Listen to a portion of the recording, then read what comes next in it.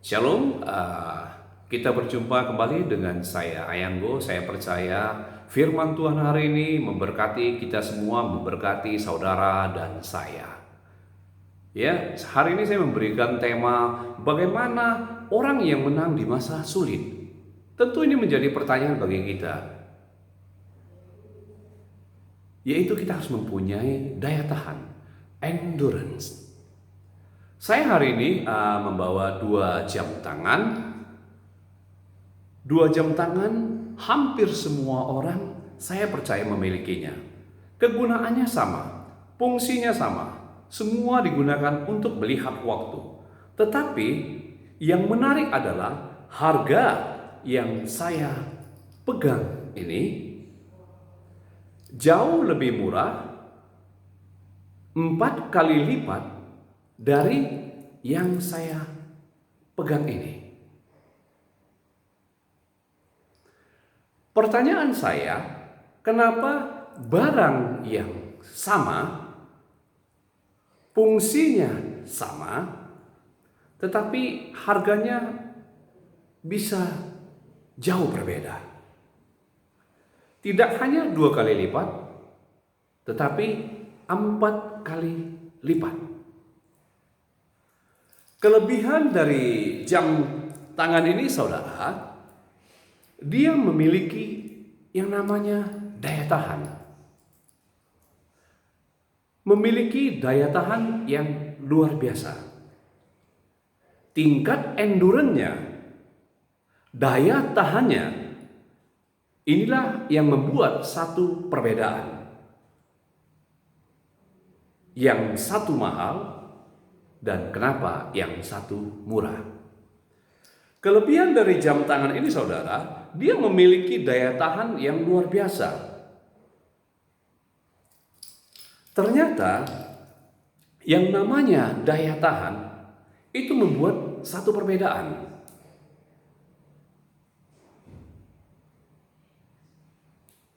Kesimpulan saya, ternyata yang namanya daya tahan itu membuat satu perbedaan besar. Saya ingin mengatakan kepada saudara seperti ini, bahwa yang pada akhirnya yang namanya endurance, yang namanya daya tahan, itu akan menyatakan kualitas.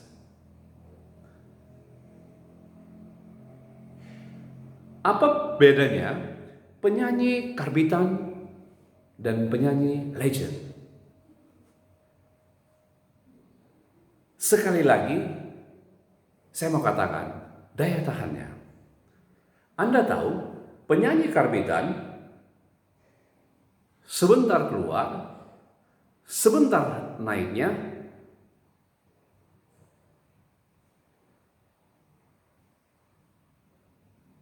dan sebentar turunnya. Sedangkan legend dari waktu ke waktu, dari tahun ke tahun, bahkan puluhan tahun, bahkan generasi sudah berbeda, tapi dia tetap bertahan.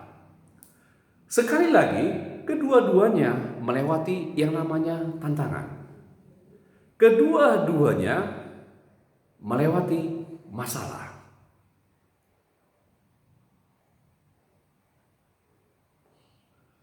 Tetapi yang punya daya tahan, itulah yang berkualitas. Saya hari ini ingin berkhotbah bagaimana memiliki daya tahan dalam kehidupan.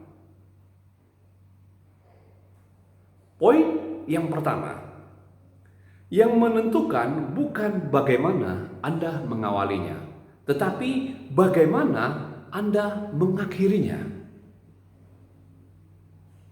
Saya akan membacakan satu kebenaran firman Tuhan yang terambil dari 2 Timotius pasal yang keempat, ayat yang ke-7. Beginilah firman Tuhan berkata, "Aku telah mengakhiri pertandingan yang baik. Aku telah mencapai garis akhir dan aku telah memelihara iman." Rasul Paulus berkata, Aku telah mengakhiri pertandingan yang baik, mengakhiri pertandingan dengan iman yang baik. Aku telah mencapai garis akhir. Paulus mengerti bahwa hidupnya sudah tidak lama lagi. Karena ia ditangkap, dipenjara, akan dijatuhi hukuman mati. Tetapi dia menulis surat mau anak rohaninya dan semua orang mengakhiri dengan baik.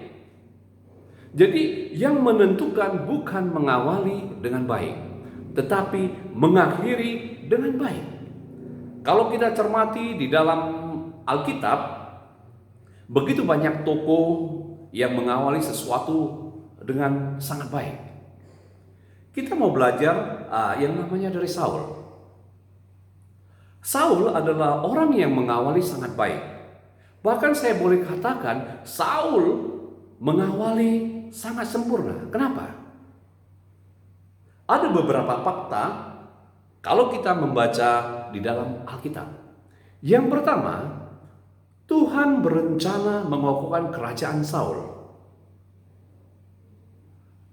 Maka tidak ada manusia yang bisa menjatuhkan Saul. Yang kedua, Saul dipilih oleh Tuhan sendiri. Sehingga Saul diurapi roh Tuhan, ia menjadi sangat berani. Tetapi di akhir hidupnya, ia sedikit-sedikit merasa takut. Sedikit-sedikit cemas. Sedikit-sedikit tawar hati. Awal dia memimpin, dia sangat berani, dia berhikmat. Saul ini disukai oleh rakyatnya. Rakyatnya sangat mencintai Saul. Saul ini mempunyai penampilan fisik yang sempurna kalau saya katakan. Karena penampilan Saul sangat meyakinkan. Alkitab memberi gambaran seperti apa Saul itu. Ketika Saul berjalan dengan orang banyak, dia sebahu lebih tinggi. Kalau saya menilai, Saul adalah orang yang tinggi, perawakannya dapat, gantengnya dapat, dipilih oleh Tuhan sendiri lagi, dan mempunyai kemampuan yang banyak. Namun sayangnya, Saul mengawali dengan baik, dia mengakhiri dengan buruk. Ia tidak punya daya tahan. Ia tidak punya daya tahan yang baik. Di tengah jalan, daya tahannya menurun. Apalagi di akhir hidupnya. Dia tidak konsisten dengan imannya kepada Tuhan. Menurut saya, orang yang mengawali dengan baik, tetapi mengakhiri sangat buruk. Kalau dalam rohani, orang yang paling tragis adalah ketika dia mengawali dengan roh tetapi mengakhiri dengan daging. Alkitab mencatat Paulus adalah rasul yang tidak kenal rasa takut. Dia tidak takut di penjara. Dia tidak takut didera. Dia tidak takut disiksa. Dia tidak takut mengalami aniaya apapun. Tetapi Anda teliti baik-baik dalam firman Tuhan. Ada satu ketakutan Paulus yang ditulis olehnya. Ketakutan Paulus yaitu seperti ini.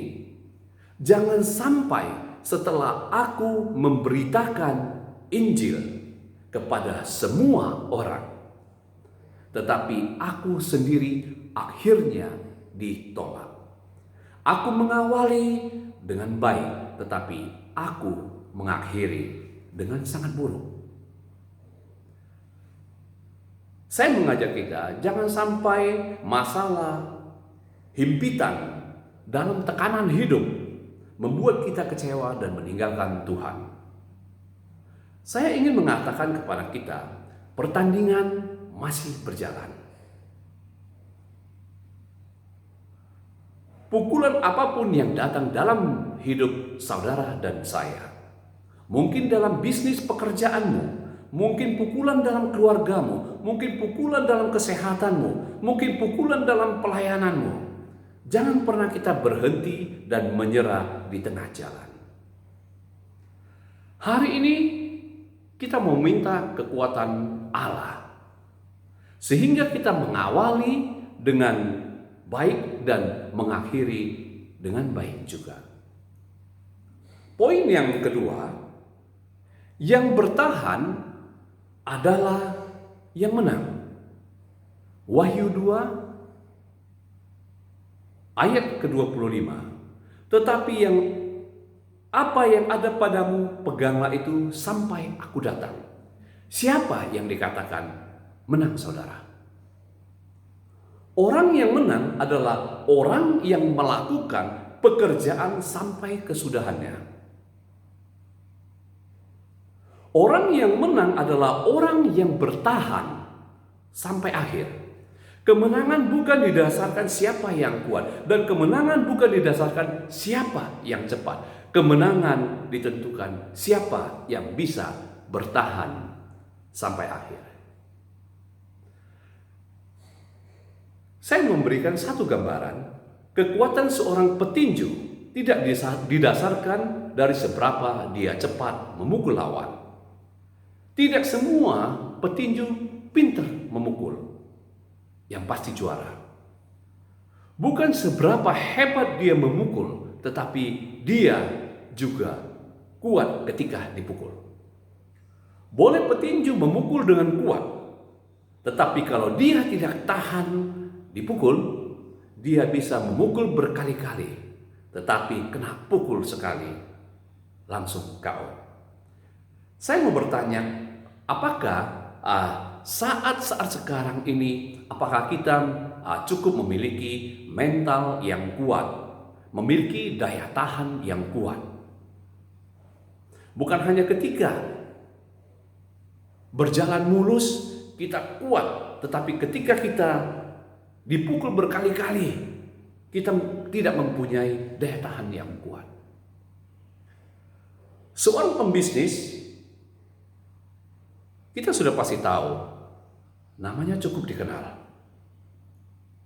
Tercatat di dalam Alkitab. Alkitab mencatat, dipukul berkali-kali. Tentu kita tahu siapa namanya. Ayub tentunya. Pukulan yang pertama, saya coba mencatat, bisnisnya hancur, bisnisnya jadi nol. Alkitab menulis sebelumnya dia orang terkaya dan terpandang di daerah itu. Tetapi Tuhan mengizinkan penderitaan datang sehingga bisnisnya tiba-tiba menjadi nol. Pukulan kedua, dia diberitahu anak-anaknya mati ketika pesta pora. Dan pukulan yang ketiga, dia sendiri kena penyakit yang mengerikan. Yang ketika sahabatnya melihat penyakit yang diderita oleh Ayub, sampai tidak tahan melihatnya.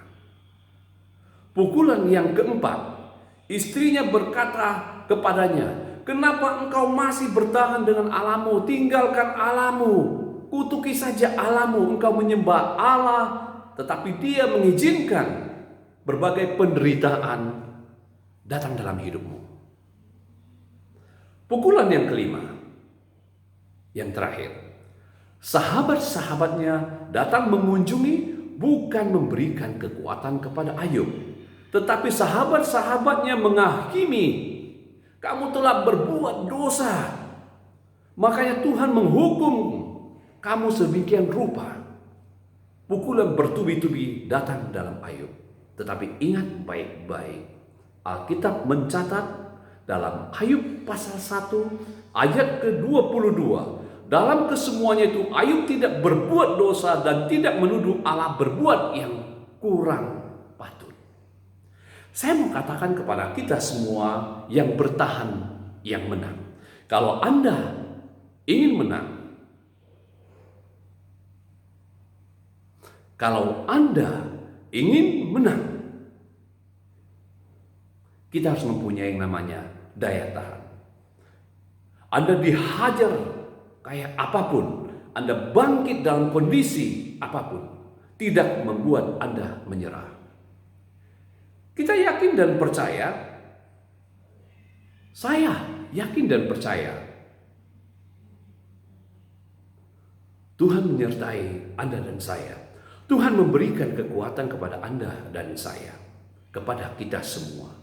Kalau Tuhan izinkan pergumulan dalam hidupmu, Tuhan yang sama yang akan memberikan kekuatan dan kesanggupan bahwa ini adalah kesempatan Tuhan untuk melipat gandakan berkat buat Anda dan saya.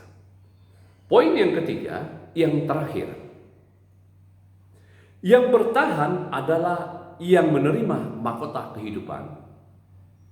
Yakobus 1 ayat 12 berkata, "Berbahagialah orang yang bertahan dalam pencobaan, sebab apabila ia sudah tahan uji, ia akan menerima mahkota kehidupan yang dijanjikan Allah kepada barang siapa yang mengasihi Dia." Jadi orang yang bahagia adalah orang yang bukan orang yang tidak mengalami pencobaan. Orang yang bahagia adalah orang yang bisa bertahan di dalam pencobaan. Banyak orang tidak punya daya tahan sehingga keluar dari lintasan pencobaan dan berkata, "Aku sudah tidak kuat. Aku sudah tidak sanggup. Nggak mungkin bisa berhasil. Saya ingin menyerah." Tetapi hari ini firman Tuhan berkata, Tuhan memberikan kekuatan kepada kita semua. Jangan pernah berhenti dan menyerah. Karena Tuhan tidak pernah meninggalkan kita. Amin.